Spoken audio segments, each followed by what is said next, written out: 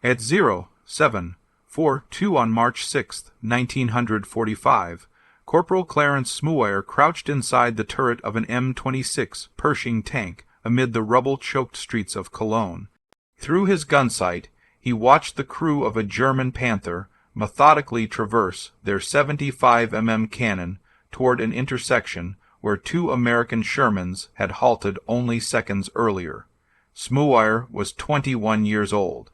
He had survived 7 months of brutal combat across France and Germany, and had already destroyed 5 enemy tanks, yet he had grown up quietly in Pineville, Pennsylvania, the son of a coal miner. He had never been in a fist fight. He had gone hunting once, rabbits, and felt sick afterward.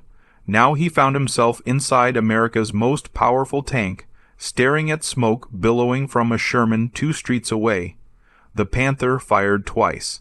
Both shells struck the lead Sherman's gun shield in nearly the same spot, ripping through the armor with surgical precision. 3 American crewmen died instantly. The commander managed to claw his way out of the hatch, but his left leg had been severed below the knee. By March 1945, scenes like this were grimly familiar. The U.S. Army had lost thousands of Shermans to German fire. The Panther outweighed the Sherman by 10 tons. The Tiger was heavier still. German 75 mm and 88 mm guns routinely penetrated Sherman armor at ranges where American 75 mm shells simply bounced off. During the Battle of the Bulge 3 months earlier, American armored battalions had been mauled, companies losing half their tanks in a single engagement. Crew survival statistics told the truth. If a Sherman was hit, the crew often had only seconds to escape before the ammunition ignited and turned the vehicle into a furnace. The problem had been evident since Normandy. The solution had existed for nearly 3 years. Back in 1942, the Ordnance Department had proposed a new heavy tank.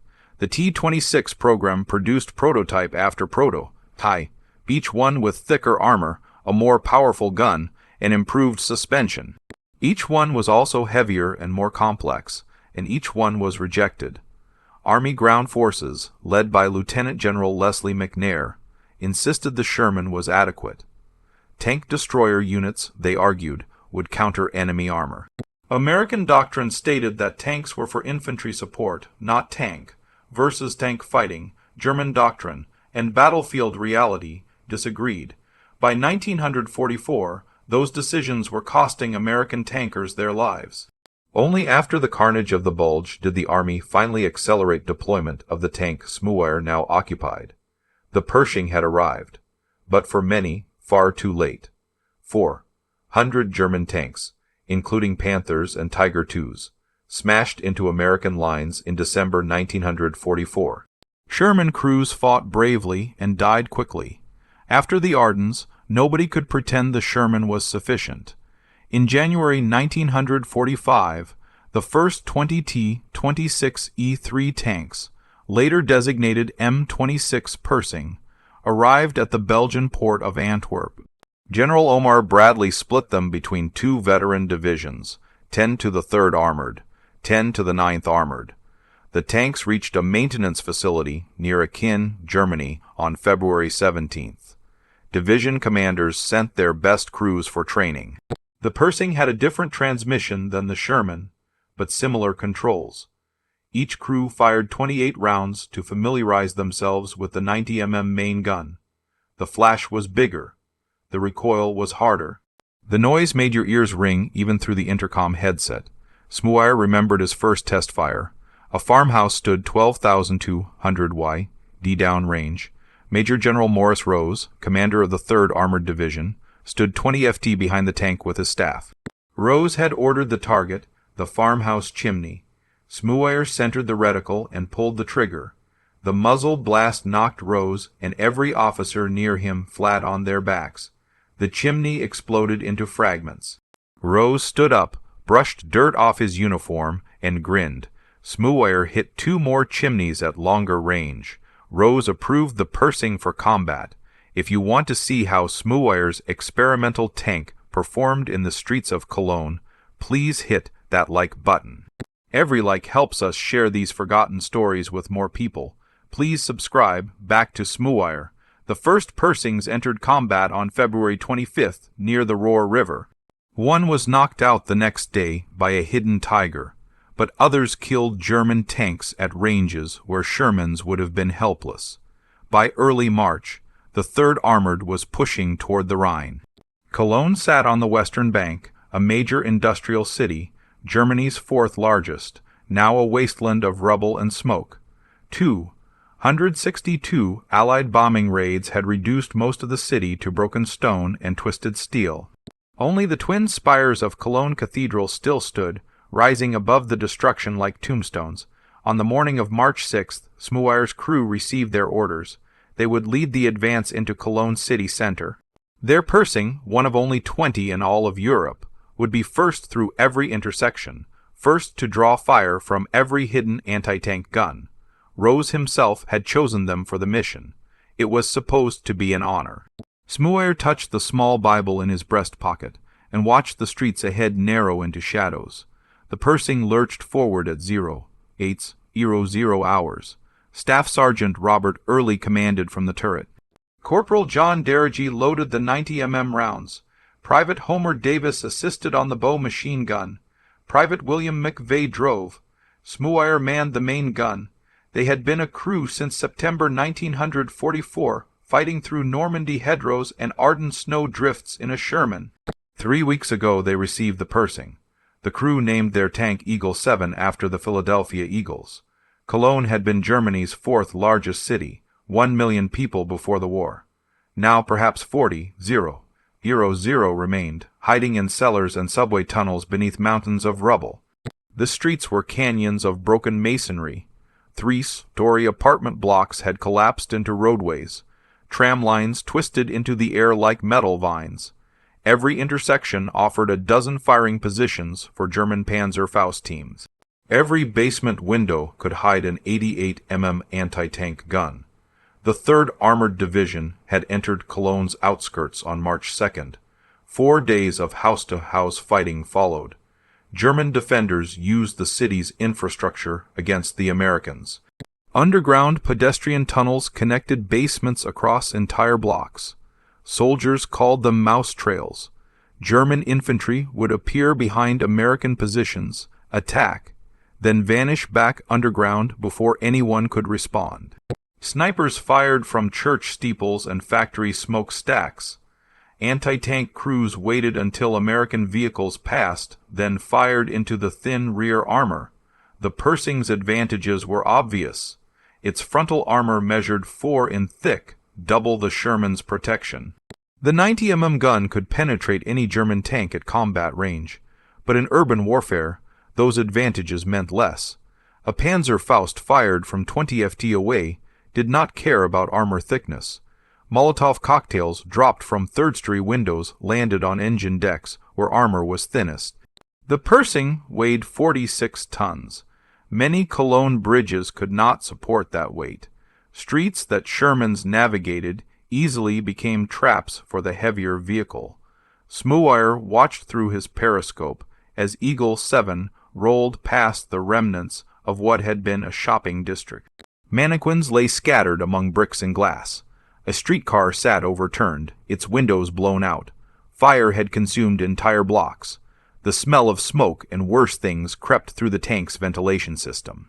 Every 40 yards, the Persing stopped while McVeigh checked for obstacles. Rubble could hide mines. Shell craters could break a track. The radio crackled with reports from other units. Sherman tanks were clearing side streets.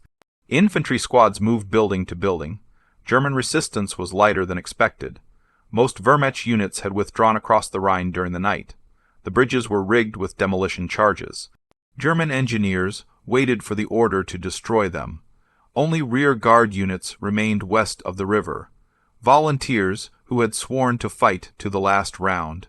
Eagle 7 rounded a corner and entered a broader avenue. The twin spires of Cologne Cathedral rose ahead, perhaps half a mile distant. The cathedral had survived the bombing through what many called a miracle. 262 raids had reduced the surrounding city to fragments, but the medieval structure stood intact.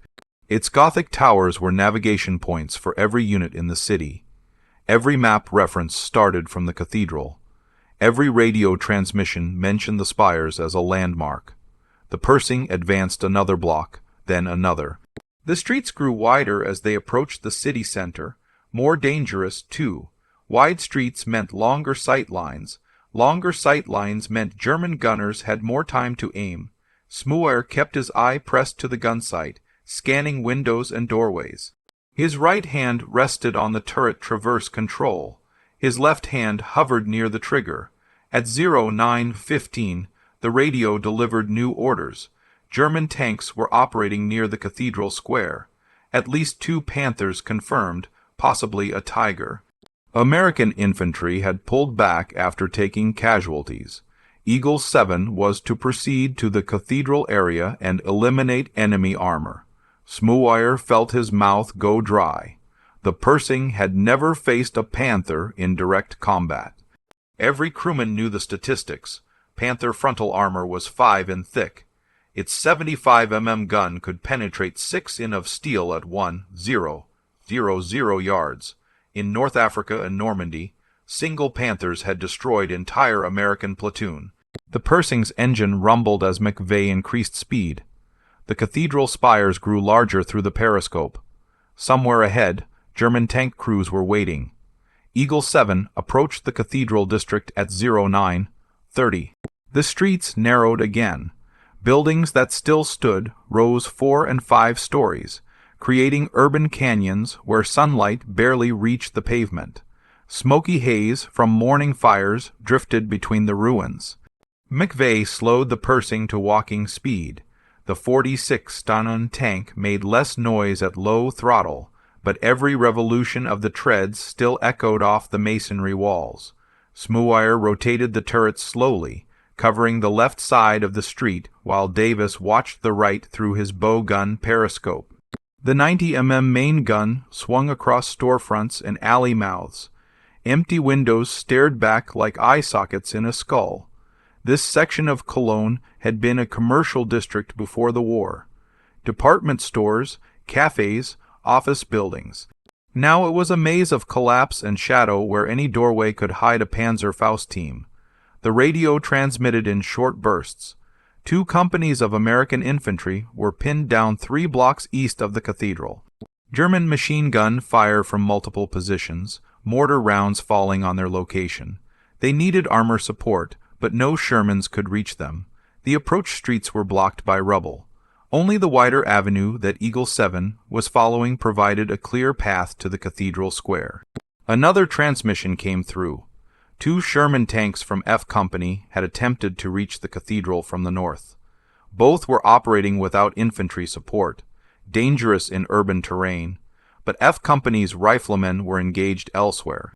The Shermans had orders to reconnoiter the square, identify enemy positions, then withdraw and wait for reinforcements. Early acknowledged the transmission. Eagle 7 would link up with the F Company Shermans near the cathedral. 3 American tanks could suppress enemy positions long enough for infantry to advance. Standard combined arms tactics. The kind of operation the 3rd Armored had executed successfully dozens of times since Normandy. The Persing rolled past a burned-out German half-track. Its crew lay nearby, killed by American machine gun fire sometime in the previous 24 hours. Beyond the half-track, the street opened into a small plaza. A fountain stood in the center, dry and pockmarked with shell fragments. The avenue continued straight ahead toward the cathedral spires. At 09:47, Smouer heard the sound through his headset. 2 rapid booms, heavy caliber, echoing from somewhere ahead. Then silence, then a 3rd boom, tank gunfire. Definitely tank gunfire. The characteristic crack thump of high-velocity rounds hitting armor plate followed a moment later. The radio erupted with frantic transmissions. F Company Sherman had been hit. Crew bailing out. 2nd Sherman taking fire. German tank position unknown but close to the cathedral. All units advised Panther operating in cathedral vicinity. Erla's voice came through the intercom, calm despite the situation. Eagle 7 would continue forward. They were the only American tank in position to engage. The F Company Shermans were likely destroyed or disabled. Infantry could not advance while a German tank controlled the square. The mission had not changed: eliminate enemy armor. McVeigh shifted gears. The Persing accelerated slightly, still slow by open field standards, but faster than the careful pace they had maintained. Speed meant noise. Noise meant the Germans would hear them coming, but speed also meant less time exposed in any single position. Urban combat was a calculation of risks. Smouer checked his ammunition. The ready rack held 6 90mm rounds within arm's reach. 3 armor, piercing, 3 high explosive. Durgi had positioned more rounds throughout the turret, organized by type. In a prolonged engagement, they could fire 20 rounds before needing to restock from hull storage. Against a Panther, the fight would likely end after the first 2 or 3 shots. Either Eagle 7 would destroy the German tank quickly, or the German tank would destroy Eagle 7. Armor versus armor combat rarely lasted long. The street ahead curved slightly left. Beyond the curve, the cathedral square would be visible. Somewhere in that square, or on the streets adjacent to it, a Panther crew was waiting. They had already killed at least 3 American tankers. They knew more Americans were coming. Smouer pressed his eye against the rubber cushion of the gun sight. His finger moved to the trigger. The turret traverse control felt solid under his right hand. Eagle 7 rounded the curve at 15 mph. Tracks clanking on the broken pavement, exhaust streaming from the engine grills. The cathedral spires filled the forward vision blocks. The cathedral square came into view at 0.952. The Gothic structure dominated the skyline, its twin spires rising 516 ft above the rubble. The plaza in front of the cathedral measured roughly 300 yd across. Once it had been paved with stone, now shell craters and debris covered the surface. The Hohenzollern Bridge was visible beyond the cathedral, spanning the Rhine. German engineers had rigged it with enough explosives to drop the entire structure into the river. Smoke drifted across the square from fire still burning in nearby buildings. Through the haze, Smouer could see the first Sherman. It sat motionless in the middle of a street that ran perpendicular to Eagle 7's avenue. The tank was angled slightly, as if it had stopped. Suddenly, smoke poured from the open commander's hatch. The gun tube pointed skyward at an awkward angle. McVeigh brought Eagle 7 to a halt, 1 block from the square. The Persing sat in the shadow of a partially collapsed office building. From this position, the crew could observe the square without exposing themselves. Early studied the scene through his vision blocks. The Sherman had been hit at least twice, probably within seconds. Precision shooting, professional gunnery. The German tank crew knew their business. The second Sherman was not visible from Eagle 7's position. Radio transmissions placed it somewhere on the northern edge of the square, also disabled. That meant the German tank or tanks had clear fields of fire covering multiple approaches to the cathedral. Any American vehicle attempting to cross the square would be targeted immediately. Early made his decision. He would reconnoiter on foot. Leaving the Persing exposed and stationary was dangerous, but advancing blind into a prepared ambush was worse. He needed to see the German tank's position before committing Eagle 7 to the attack. He climbed out of the turret hatch and dropped to the street. An American soldier appeared from a doorway 30 yards ahead. Technical Sergeant Jim Bates, Army Signal Corps. He carried a 16mm film camera and wore a rucksack loaded with film magazines. Bates had been assigned to document the 3rd Armored Division's operations since Normandy. He filmed combat footage, interviewed soldiers, recorded the liberation of towns and cities. His footage appeared in newsreels shown in American movie theaters. Bates had been with an infantry squad when the first Sherman was hit. He had filmed the German tank's muzzle flash, the impact on the Sherman's turret, the crew attempting to escape. He had clear footage of the entire engagement. Now he wanted more. The presence of an American heavy tank in Cologne was newsworthy. A battle between the Persing and a German Panther would be extraordinary. Early and Bates moved forward together, staying close to the building walls. They reached a corner where they could observe the cathedral square without exposing themselves. Early scanned the plaza methodically. The disabled Sherman was clearly visible. Beyond it, partially concealed by a side street, he spotted the Panther. The German tank sat in perfect ambush position. Its gun faced down the avenue where the Shermans had approached. The 75 barrel extended from the angular turret like a finger pointing at the kill zone. The Panther's crew had chosen their position carefully. They could cover the entire square while remaining partially hidden. Any American tank entering from the north would expose its vulnerable side armor. Early studied the geometry. The Panther could not see Eagle 7's current position. The building blocked their line of sight.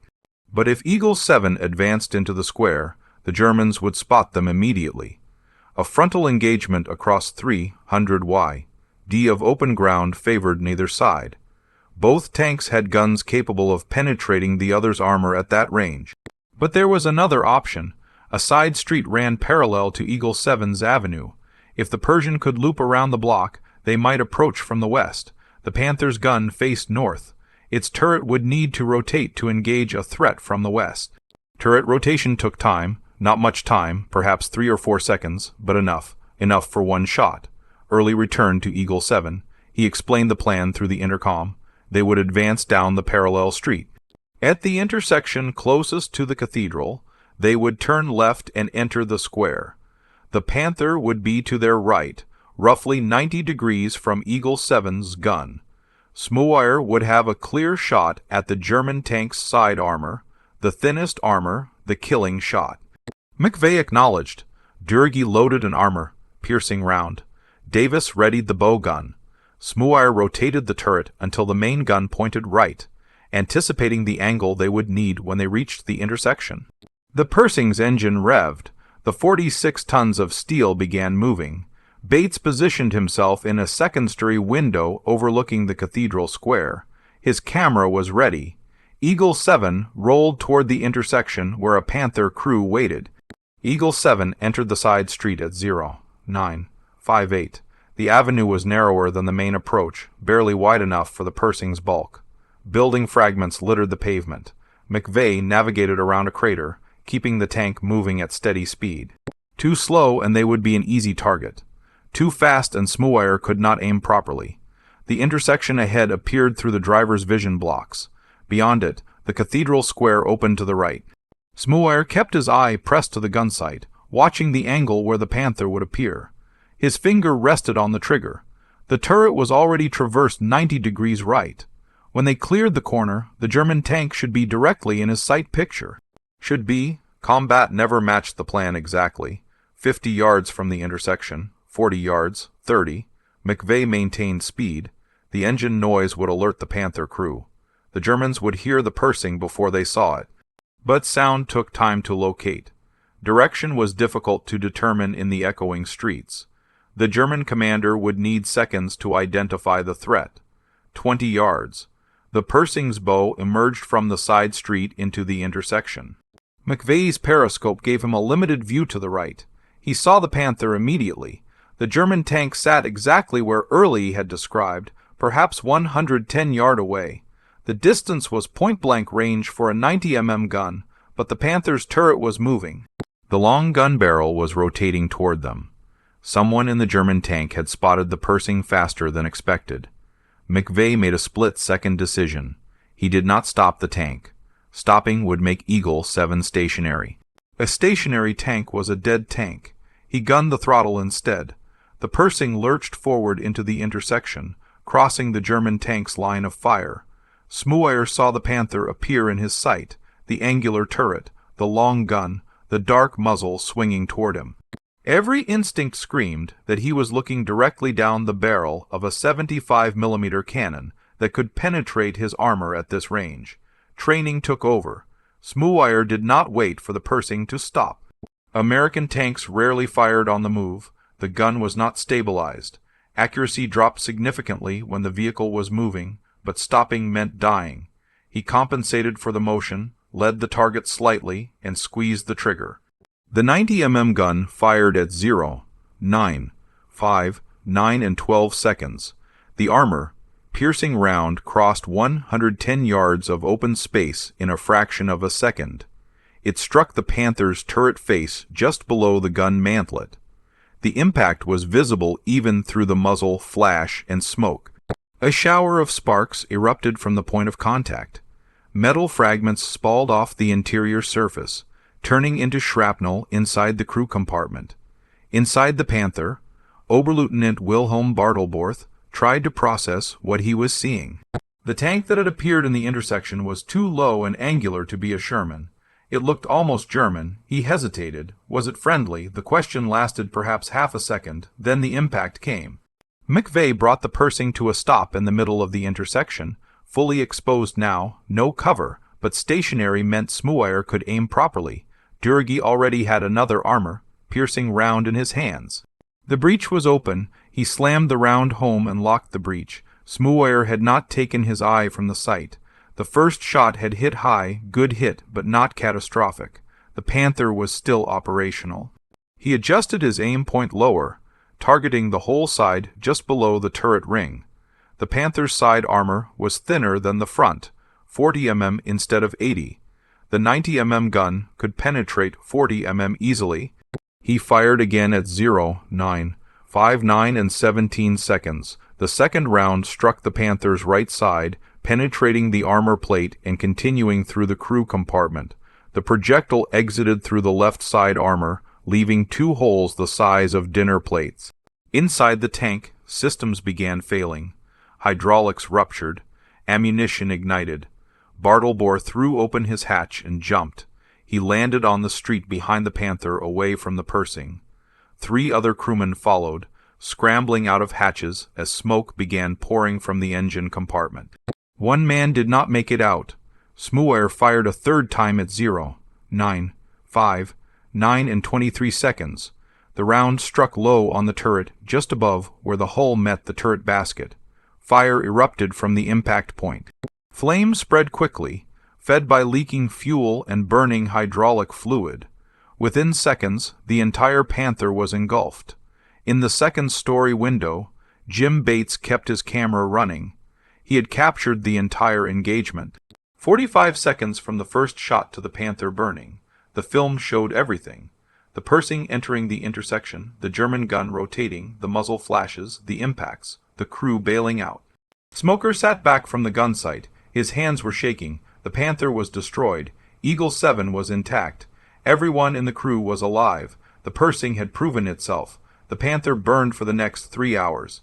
Ammunition continued cooking off inside the hull, sending sparks and fragments into the air. By noon, the fire had consumed everything flammable. The turret sat at an odd angle, heat-warped and blackened. The bodies of German soldiers lay scattered around the cathedral square. Infantry that had been supporting the Panther had withdrawn across the Rhine when their armor support was destroyed.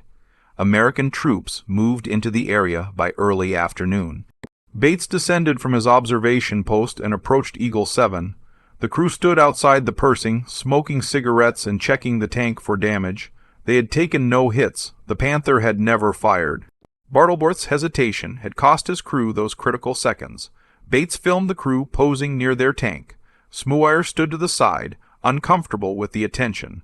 By 1,400 hours, additional American units had secured the cathedral area. Engineers began checking the Hohenzollern Bridge for demolition charges.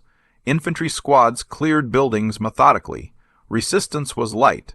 Most German forces had retreated during the engagement with the Panther.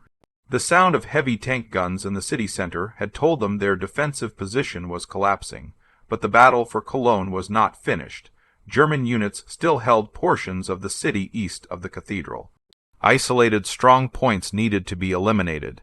Eagle 7 received orders to continue the advance. The crew remounted. McVeigh started the engine. The Persing rolled deeper into the ruined city. At 1,432, Eagle 7 entered a narrow street blocks from the cathedral.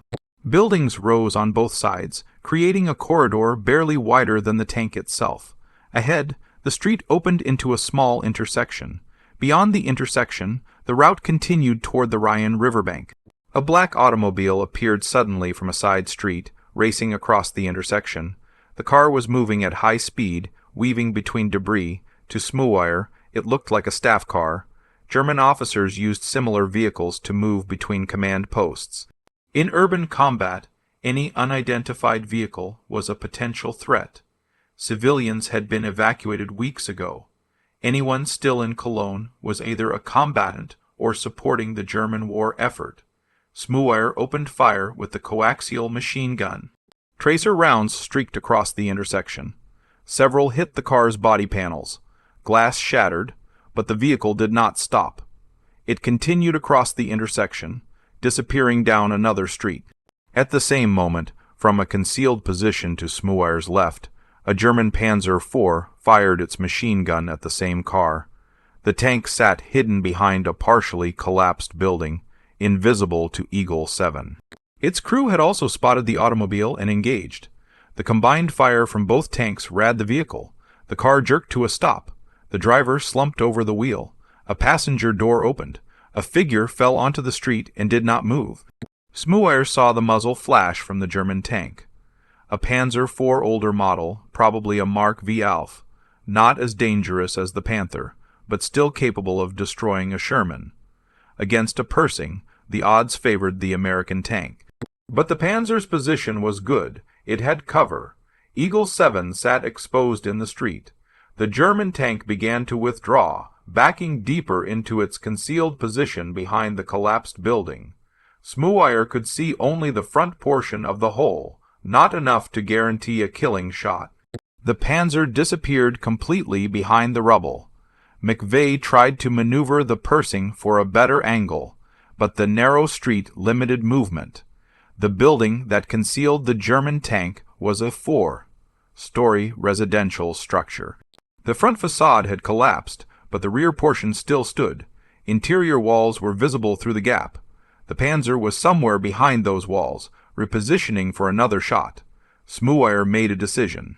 He could not see the German tank, but he could see the building. He rotated the turret until the 90 gun pointed at the base of the standing wall section.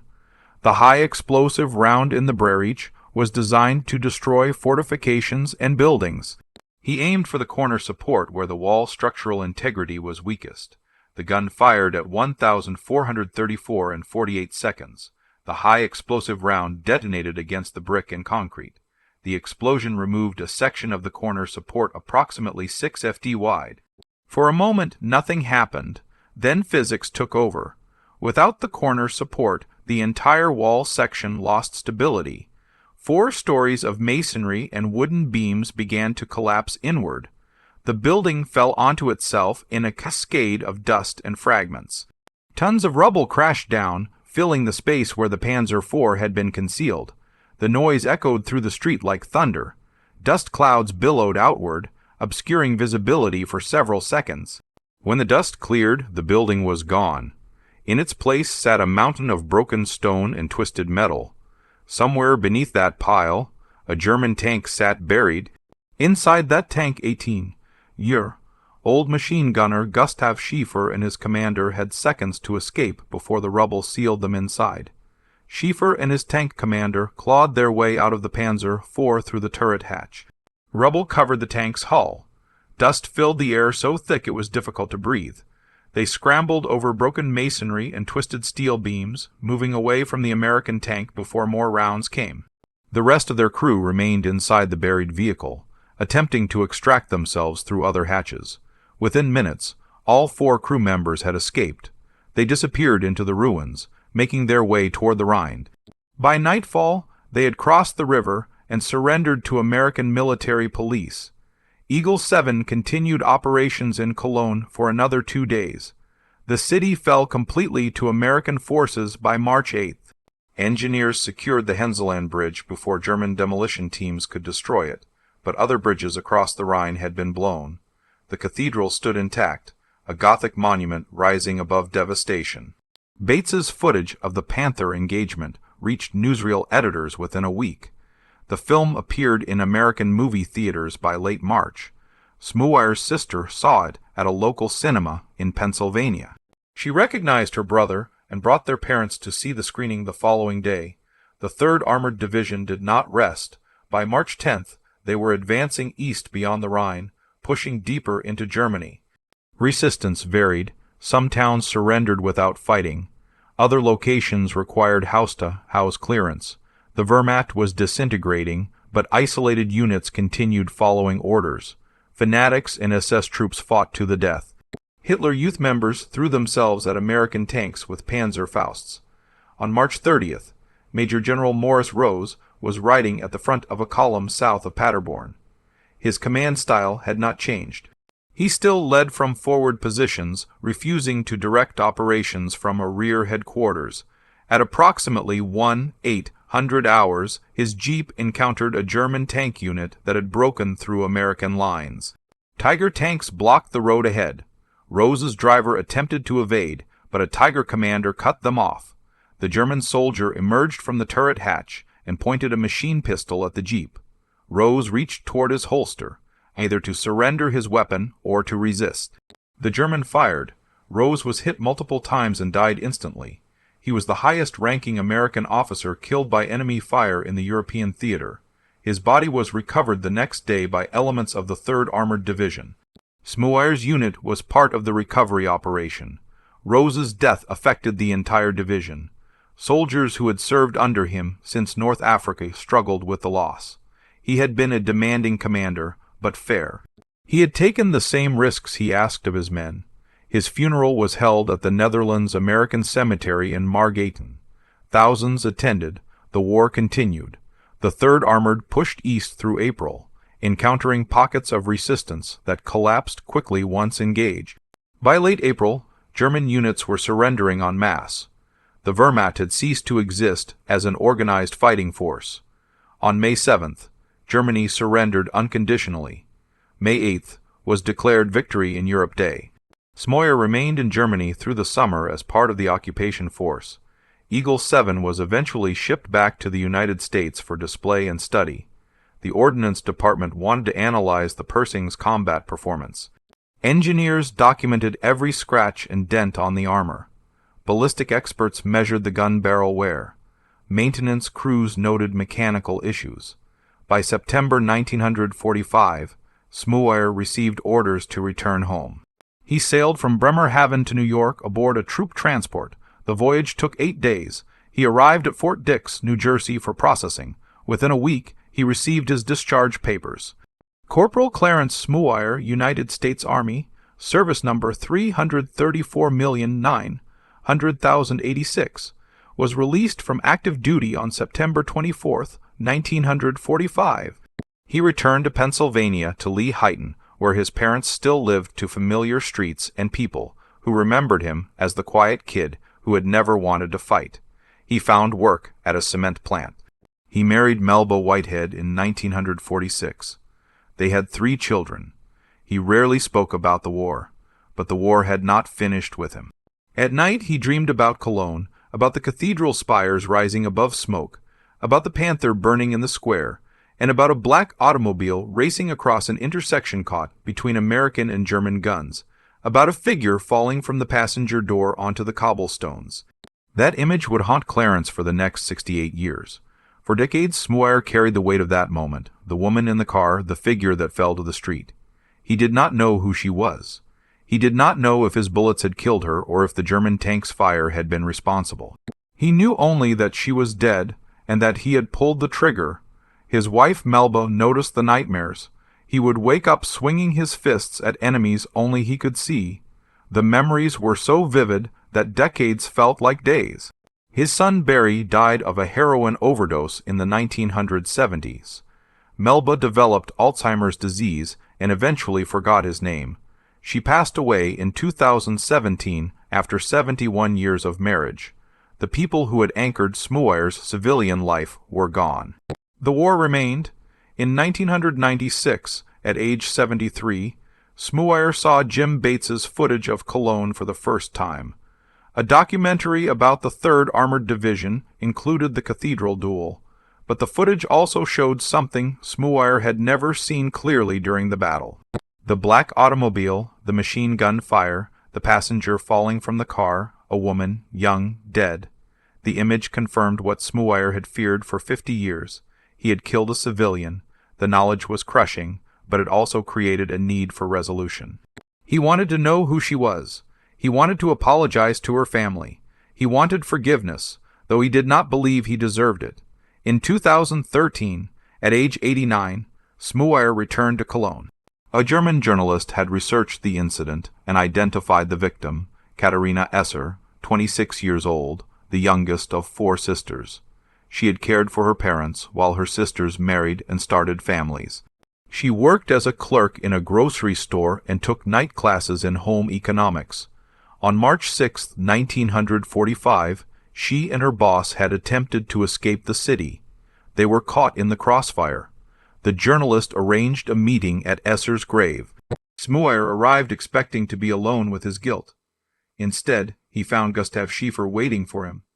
The German gunner whose Panzer IV had also fired at the car, the man who had been buried under rubble when Smueyer collapsed the building.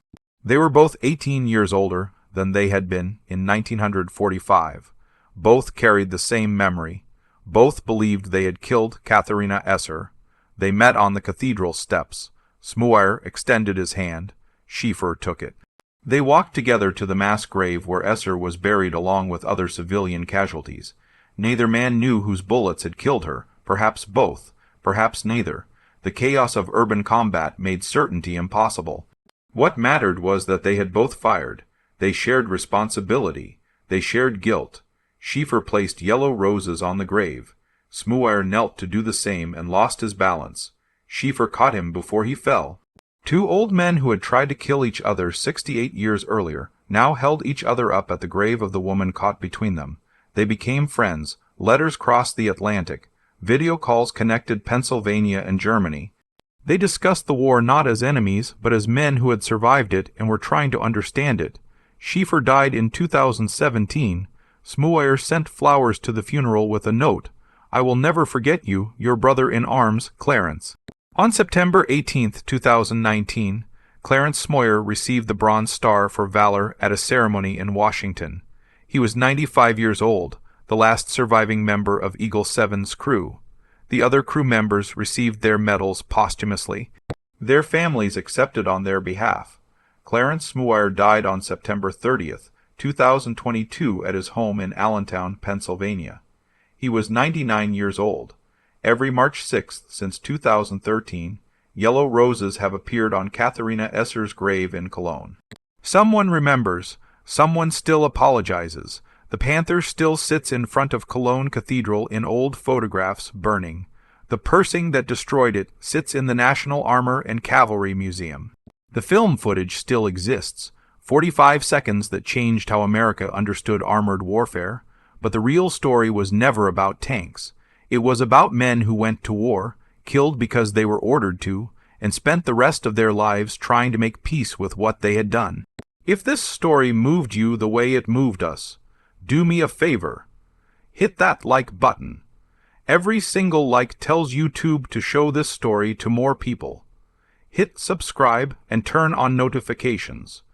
We are rescuing forgotten stories from dusty archives every single day. Stories about tank gunners who never wanted to fight, but became the best at what they did. Real people, real heroism, real guilt, real redemption. Drop a comment right now and tell us where you are watching from. Are you watching from the United States, United Kingdom, Canada, Australia? Our community stretches across the entire world. You are not just a viewer. You are part of keeping these memories alive. Tell us your location. Tell us if someone in your family served. Just let us know you are here.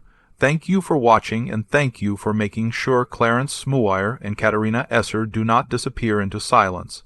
These people deserve to be remembered, and you are helping make that